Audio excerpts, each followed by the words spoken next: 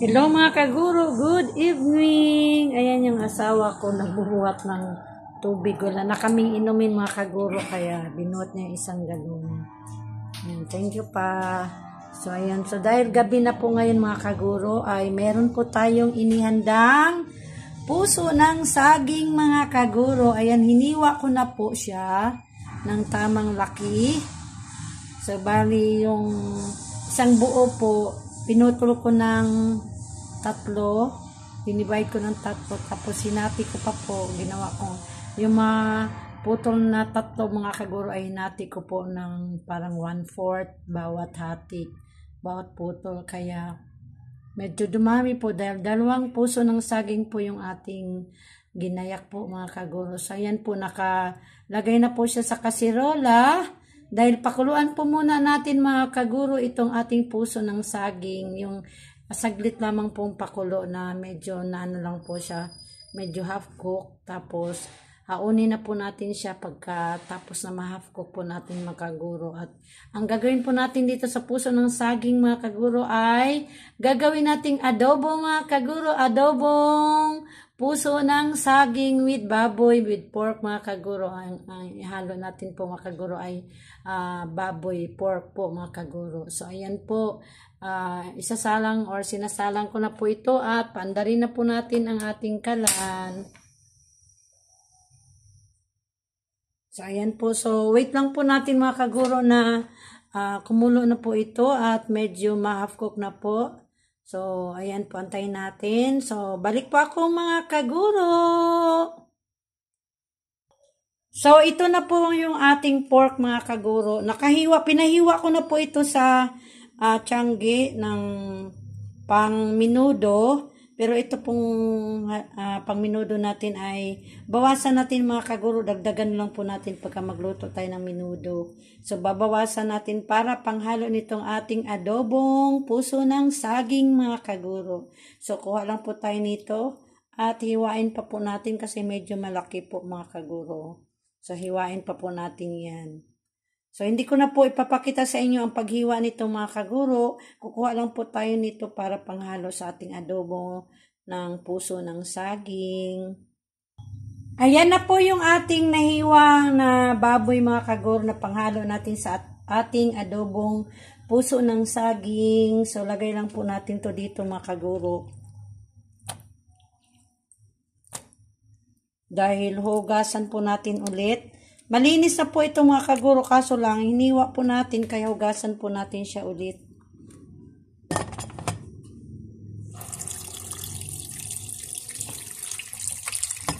Isang beses lang po natin hugasan mga kaguro kasi nung bago natin nilagay ito sa ref ay hugasan na po natin siya ng 3 beses. Kaya hugasan lang natin siya ulit nung hiniwa po natin mga kaguro. Ayan.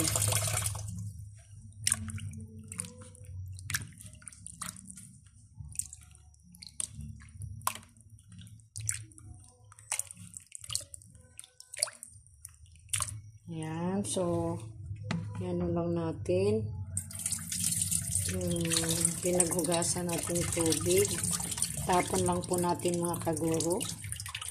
Yung ating lababo mga kaguro, hindi pa po natin nalinis kasi kanina po ay galing tayo sa school. Umuwi po tayo ng 4 o'clock na ng hapon dahil po nag-meeting po kami sa bago naming principal mga kaguro kay Ma'am Hazel. Ayan, medyo natagal po yung aming meeting dahil dapat po ay 1 o'clock ang simula, ang start sa aming meeting ay nagiging 1:40 po yun ata magsimula kasi po may bisita po si Ma'am Hazel, yung aming principal. Pumunta po yung ating pangulo ng barangay, yung ating barangay captain mga kaguro, si kapitan, saka yung ibang konsihal para makilala po yung ating bagong principal sa pagpukpok. So, ayan po, naugasan na po natin. So, binabad na po natin mga kaguro ng toyo yung ating baboy, hiniwang baboy mga kaguro. So, ito naman po yung ating pinakuloang puso ng saging. Ayan. So, medyo malapit na po. O maya-maya po, ilang minutes or 2 minutes na lang po ay haunin na po natin itong ating puso ng saging.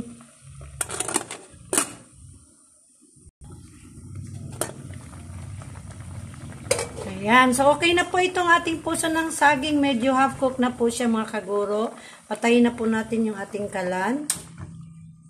Ayan. So, haunin na po natin siya. Itong sabaw po niya na pinakuluan nitong puso ng saging mga kaguro ay hindi po natin isasama. So, kukunin lang po natin yung puso ng saging mismo.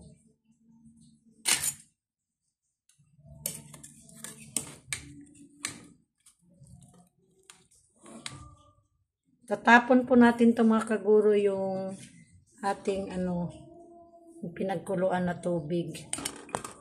Ayan po siya.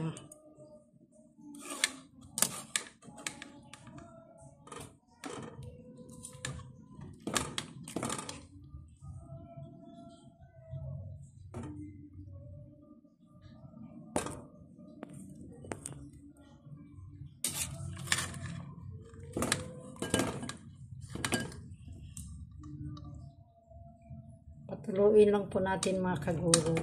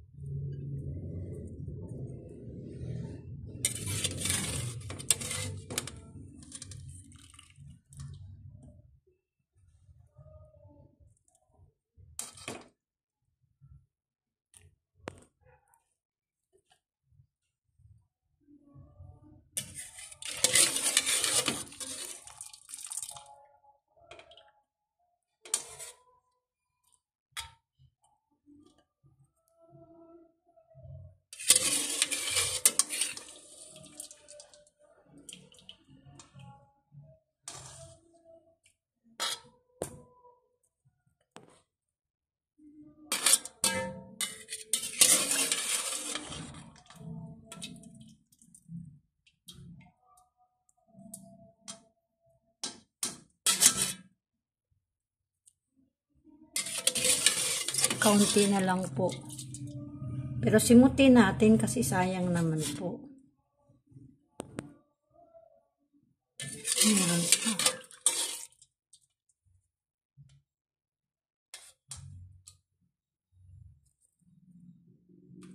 So, ito pong naiwan para makuha natin mga kaguro. Itapon natin tong tubig. Yan, para maiwan po yung natirang puso ng saging dyan. So, saglit naman po mga kaguro ha. Kasi hindi pwedeng isang kamay lang po ang ihawak ko dito sa kasirola kasi mainit po. Kaya, balik po ako mga kaguro. Tapon ko lang po itong pinagkulong tubig. At saka kasi meron pa pong kaunti dyang naiwan na puso ng saging. So, buhos na po natin ito mga kaguro. Ito yung natira sa kasirola na puso ng saging. Sayang po kasi Ayan. Tak na natin mga kaguro. So, meron pa pong natira Kunin natin to. Kamayin na lang natin mga kaguro. O total malinis naman tong ating kamay. Lagay natin dito. Sayang po. Isang subo pa yun mga kaguro pag iiwanan natin. So ito na po yung puso ng saging na pinakuluan natin mga kaguro. Ilagay lang po natin dito. Patong lang po natin dito sa kasirola. Ayan. Lagay lang po natin dyan. At ito na po yung ating kawali. Naka-ready na po. Kukunin lang po natin itong dumikit na puso ng saging dito sa sandok. Lagay natin dito. Ayan. Okay. So, ayan po. Naka-ready na po yung ating kawali. I-ready lang po natin yung kuha lang po tayo ng sibuyas, kamatis at saka bawang po sa ref. So, meron na po tayo ditong bawang mga kaguro. May nabili po tayong bawang. Nandun po sa ref. Pero ito po yung dati ko pang bawang mga kaguro. So, kuha lang po tayo ito siguro. Ito yung gagamitin natin para sa paggisa. Kuha lang po tayo dito ng sibuyas. saka kamatis mga kaguro dito sa ating freezer. So, kuha lang po tayo ng isang pirasong sibuyas. So, ito po yung nabili kong mga kamatis kahapon mga kaguro kasi may tianggi. Tapos, meron po tayong sili dyan mahaba. Meron po tayong nabili din kamatis. Ayan. Ito po yung dating kamatis mga kaguro. At saka ito yung ating bawang. Ayan po yung bawang natin mga kaguro. Ayan, bawang. Ito naman po mga kaguro. Nung last week pa tong tawag nito, kalabasa natin. Pero para na siyang nalanta mga kaguro. Pero try natin bawasan dito. Baka sa loob niya po ay okay pa po. Pero hindi lang ako sure kung okay pa po. Pero matigas pa po siya mga kaguro. So, ayan po. Kuha na tayo ng sibuyas. Kuha rin tayo ng kamatis. Ayan. So, nagtingting na po siya dahil nabuksan ko ng todo mga kaguro. So, mayroon na po tayo dong dagdagan natin ng kamatis na maliit. Ito, 2 kamatis. Isang malaki, isang maliit. Saka yung ating sibuyas. So, yan po. At ito yung ating bawang. Yan. Sara na po natin mga kaguro. So, ito na po yung ating bawang, kamatis, at saka sibuyas. So, gayakin ko lang po ito mga kaguro ha. Hindi ko na po kayo dadalhin sa paghiwa nito, sa ating sibuyas, kamatis, at saka itong pagdikdik ng ating bawang. Balik po ako mga kaguro! Ayan, naiwan na po natin ang ating bawang, sibuyas, at saka kamatis mga kaguro. So, medyo 2 kamatis yung ginamit natin kasi mas masarap po pagka maraming kamatis or 2 kamatis, hindi naman po marami talaga. So, baka magtaka kayo mga kaguro, ay adobo, tapos lagyan ng kamatis. Ganun po ako mga kaguro, pasensya na. Pag nagluto po ako, ay nilalagyan ko po talaga ng kamatis mga kaguro. Kasi sa akin lang po ha, mas lalong nagdagdag po kasi ng sarap kapag nilagyan ng kamatis. Pero sa akin lang po yun. Sa inyo po, depende sa inyo kung ano po yung luto nyo. Kung hindi nyo nilagyan ng kamatis, mas okay po dahil yun po yung gusto nyo. So, ayan po, naka-ready na rin po yung ating kawali. Paanda rin na po, iuna po natin yung ating kalan. Yan. So, lalagyan na po natin siya ng mantika mga kaguro. Kasi, tuyo naman na to dahil nakakulog po itong ating kawali dito sa habang malinis po yung hugasan natin. Kinulog na po natin siya. Kaya, tuyo na po siya mga kaguro. Kaya, lalagyan na po natin siya ng mantika. Ayan na po. Lagay lang po natin dito yung ating mantika mga kaguro. So, wait lang po natin ang mantikang uminit po mga kaguro. Saka po natin igisa ang bawang, sibuyas at saka kamatis.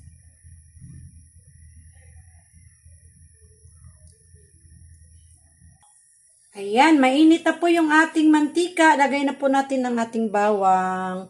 Kamayin na lang po natin mga kaguro.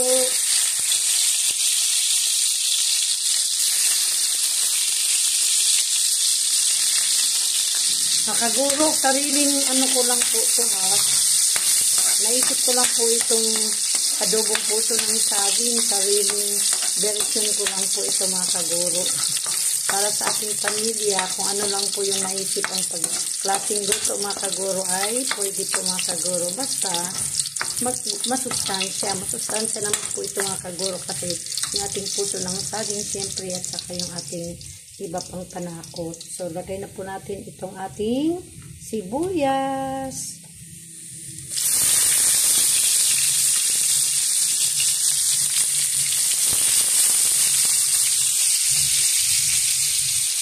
Kinamay ko na po ito. Malinis po yung ating kamay mga kaguro. So, sunod na rin po natin ang ating kamatis. Yan.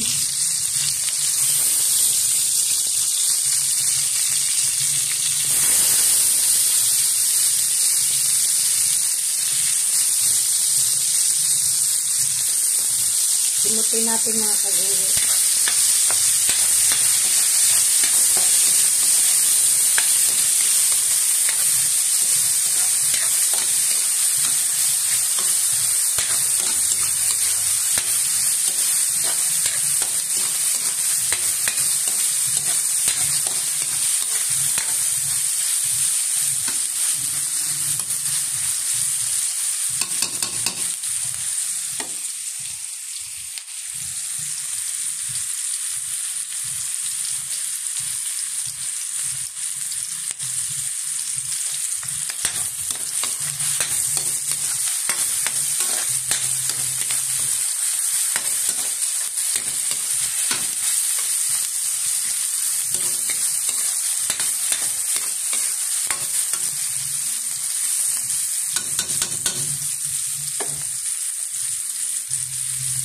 Lagay na po natin yung ating baboy mga kaguro. Binabad po natin siya sa toyo.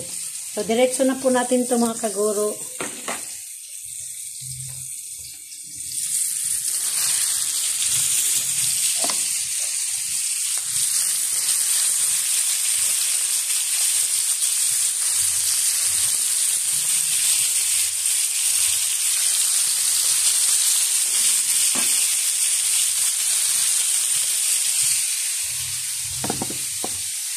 So, ayan po yung kanyang katas, mga kaguro, toyo.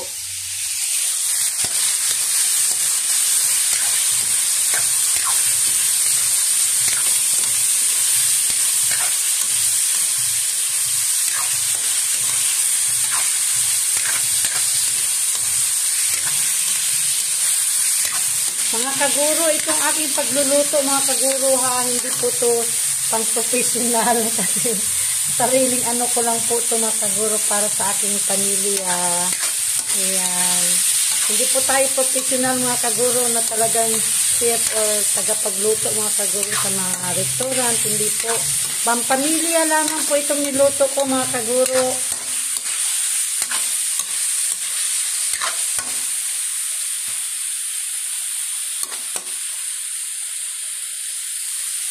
Ayan. So, lagyan po natin ulit ng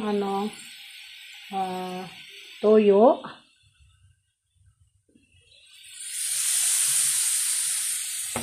Buksan lang po natin ito.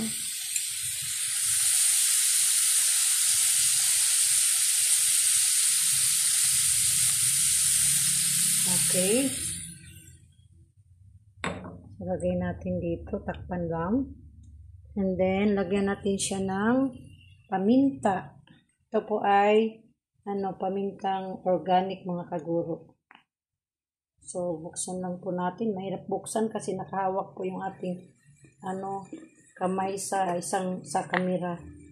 So, ayan po. Lagyan natin siya ng kaunting paminta. Ayan.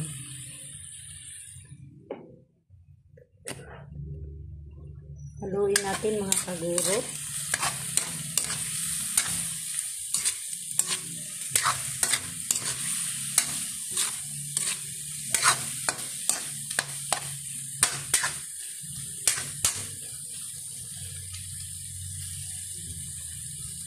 At lagyan natin siya ng liquid seasoning. Yan. Buksan lang natin.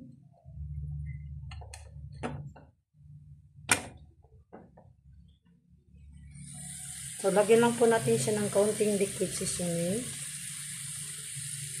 Okay, tama na po yan. Sauli na natin.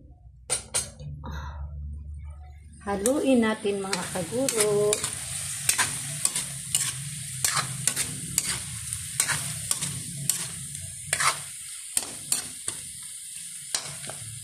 And then medyo pa brownie natin mga kaguro yung ating yung talagang natural na brown kasi kaya po nagiging ganyan siya kasi may toyo po. So yun pa muna natin siya ng mga 2 to 3 minutes.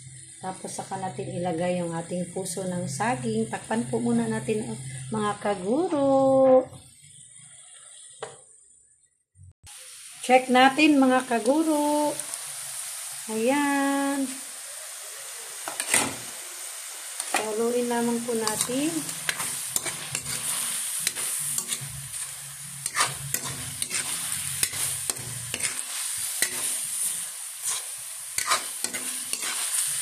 So, tamang-tama po. Medyo na po siya. Lagay na po natin ang ating bida, mga kaguro, yung ating puso ng saging. Lagay na natin.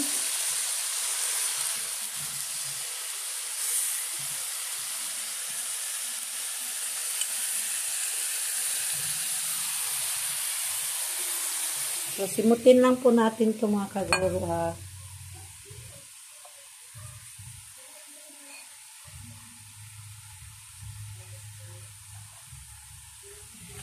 So, lagay lang po natin dito. So, haluin natin.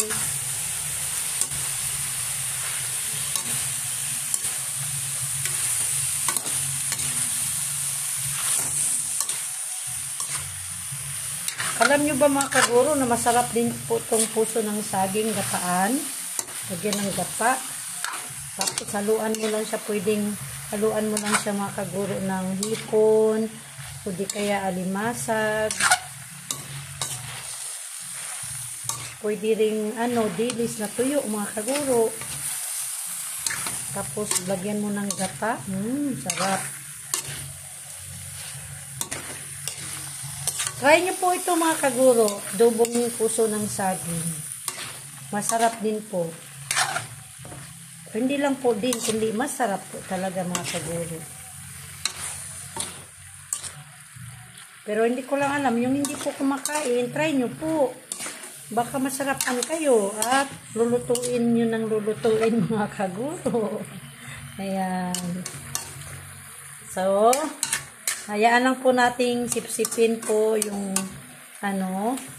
dito sa puso ng saging.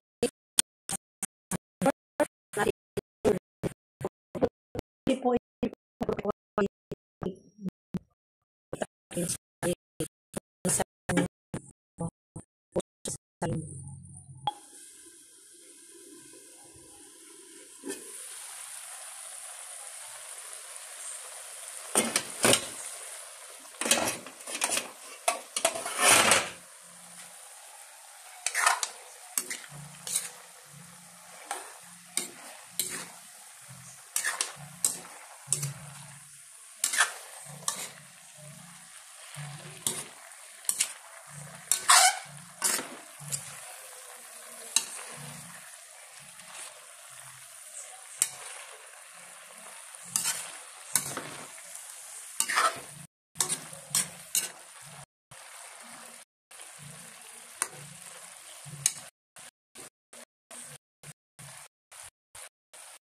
ngayon ay lagyan natin ng kaunting vinegar. Kuha tayo ng vinegar mga kaguro. Ito po yung ating vinegar. So lagyan natin siya ng suka ng kaunti mga kaguro.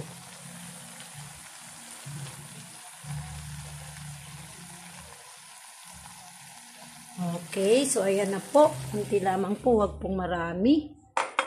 So, lagay lang po natin dyan muna. And then, hayaan lang po natin siyang, mga kaguro, wag po muna natin siyang haluin. Hayaan lang po natin siyang kumulo. Tatakpan natin mga kaguro. Yan. Pagka makasipsip na po yung ating, mga kaguro, yung ating, tawag nito, suka, haluin natin. Pagkatapos, ay ilalagyan natin ng konting water. So, balik po ako mga kaguro. Ayan na. So, haluin na natin mga kaguro. Kasi nilagyan natin ng, ng vinegar, ng suka. Hindi muna natin hinalo. Hinayaan po muna natin. Sumipsip po yung, vinegar dito sa ating luto. Saka natin hinalo. So, ayan po. Ngayon ay lalagyan natin siya ng kaunting tubig, mga kaguro. Ito po.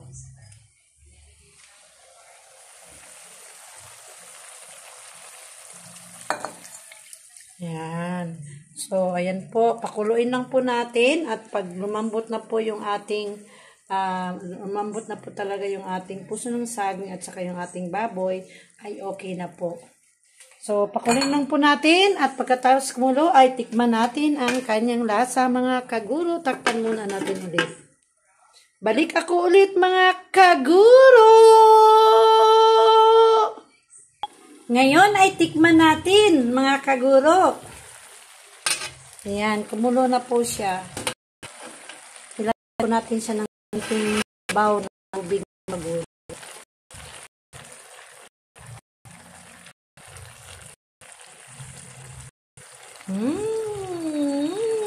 Ang sarap mga kaguro. Parang naamoy ko po mga kaguro yung amoy niya na merong suka, tuyo, yung amoy ng vinegar, tapos yung halong may paminta, mabango mga kaguro.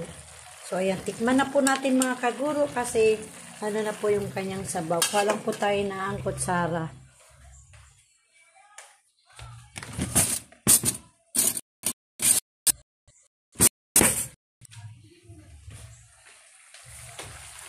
So, tikman na natin.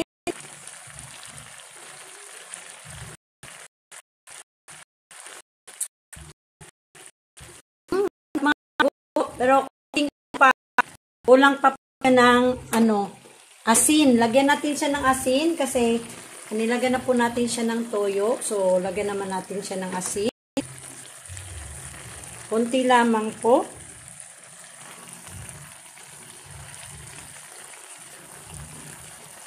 Siya pa.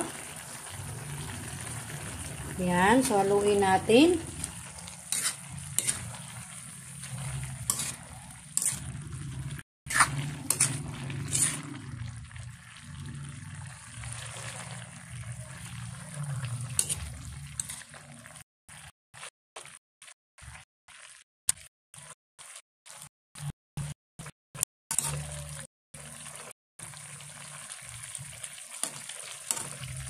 And then, lagyan natin siya ng sarap. Sarap. Okay, tama na po. At haluin natin ulit.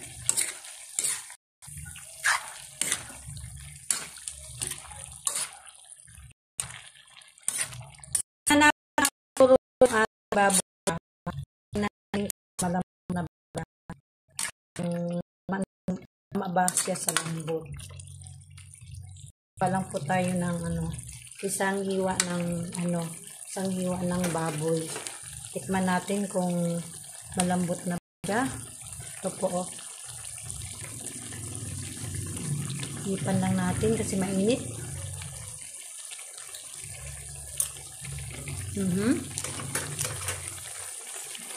Malambot na po siya mga kaguro, pero konti pa po siya. Siguro mga 3 minutes. Tamang-tama na medyo maano siya, yung sabaw.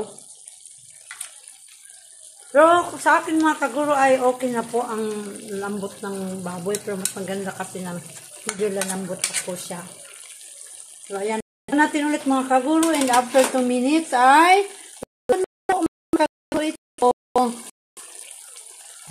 ito na po, luto na ang ating adobong puso ng saging. Ayan na, tara-tara na kaguro, kain na tayo. Kain-kain na po sa ating pamilya, sabay ang ating pamilya, at syempre bibigyan natin si Ate Edna nito. Share the blessings mga kaguro, dahil blessings na rin po ito na meron tayong pagkain. Thank you Lord.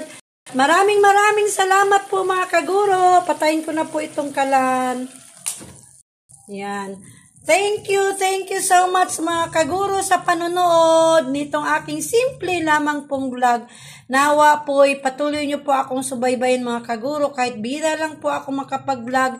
Sana po'y panoorin nyo pa rin pong aking vlog. Maraming salamat sa oras, sa time po na ipinagkaloob nyo po sa akin. Thank you so much and God bless mga kaguro!